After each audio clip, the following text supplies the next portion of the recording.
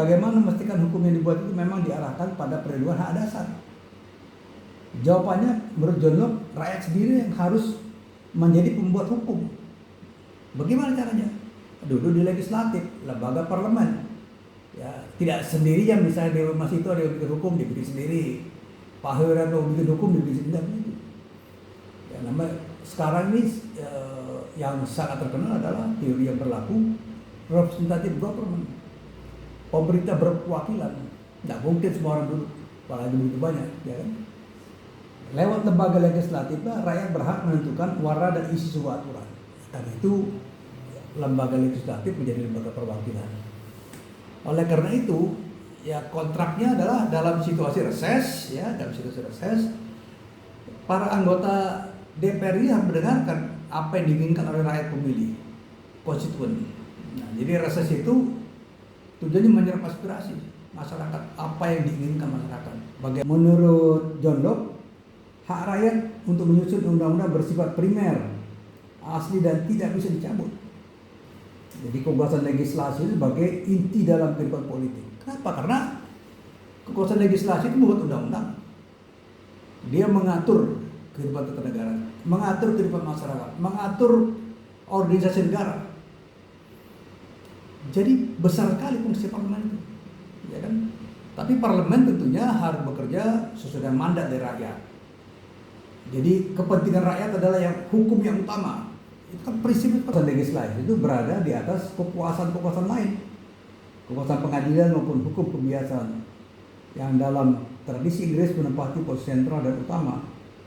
Menurut John Locke itu harus juga berada di buat legislasi. Jadi parlemen ini representasi rakyat, dia berada di atasnya. Ya, dia kontrol kekuasaan yudikatif. Gimana cara kontrol? Calon hakim agung itu dia tentukan, walaupun seleksi dilakukan oleh komisi yudisial. Tapi kalau dia tidak setuju, tidak jadi. Seperti yang terjadi pemilihan yang kemarin, ya kan?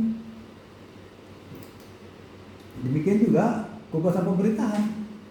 Ya, tetapi semua ini ada yang disebut sebagai check and balance. Ya, DPR berkuasa besar sekarang, tapi ada pro check and balance. Ya, misalnya dalam kekuasaan membuat undang-undang, pemerintah punya hak inisiatif, DPR punya hak usul. Jadi kekuasaan legislasi utama ada di tangan DPR, bukan tangan pemerintah, tapi pemerintah boleh mengusulkan. Namanya RUU usul pemerintah, RUU inisiatif DPR, ya kan, kayak itu. Nah, kontrolnya, ya misalnya presiden, walaupun akhirnya presiden tidak mau tuh memberikan nomor, misalnya mengundangkan undang-undang itu dasar ditaruh lembaga negara, berlaku undang-undang itu, walaupun tidak ditangani presiden, tapi sudah dalam tradisi Yunani kuno, ya, parlemen memang diposisikan sebagai poros republik. Dia merupakan satu lembaga utama dalam negara, bahkan dalam refleksinya, ya, terhadap konsep Yunani tersebut, John Bodin mengatakan di mana tidak ada kekuasaan legislatif, di situ tidak ada republika, yang berarti tidak ada pemerintahan yang sah, dan demikian tidak ada negara. Jadi tinggi sekali nilainya.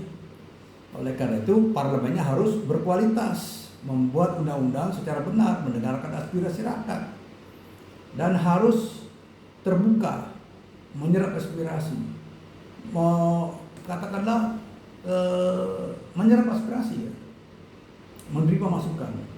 Kitab Undang-Undang Hukum Acara Pidana ini sudah setahun lebih menyerap aspirasi, diskusi dengan pakar, ya kan, termasuk saya diundang, beberapa pakar pidana diundang, ahli kepolisian. Jadi dengan demikian undang-undang yang diajukan DPR, diusulkan parlemen itu berkualitas, punya daya serap, diakui masyarakat.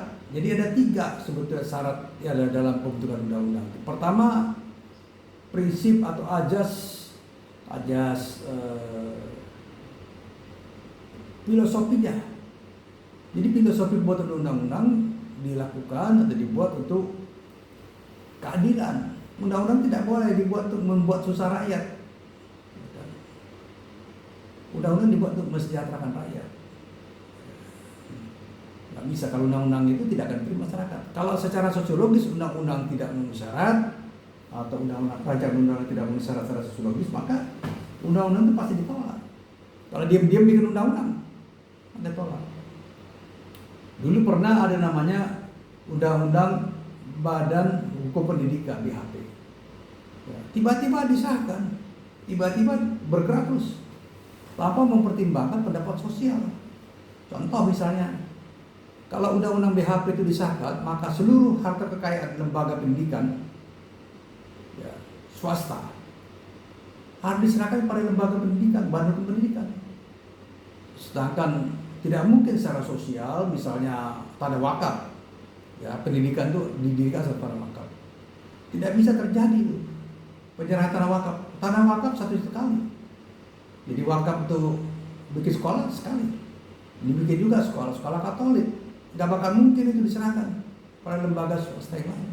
Nah, itu dia tidak menyadari. Akhirnya undang-undang itu dibatalkan, walaupun ketika diuji masih dalam bentuk rancangan undang-undang diberikan masukan oleh Mahkamah Konstitusi. Gedung bersejarah di gedung DPR RI.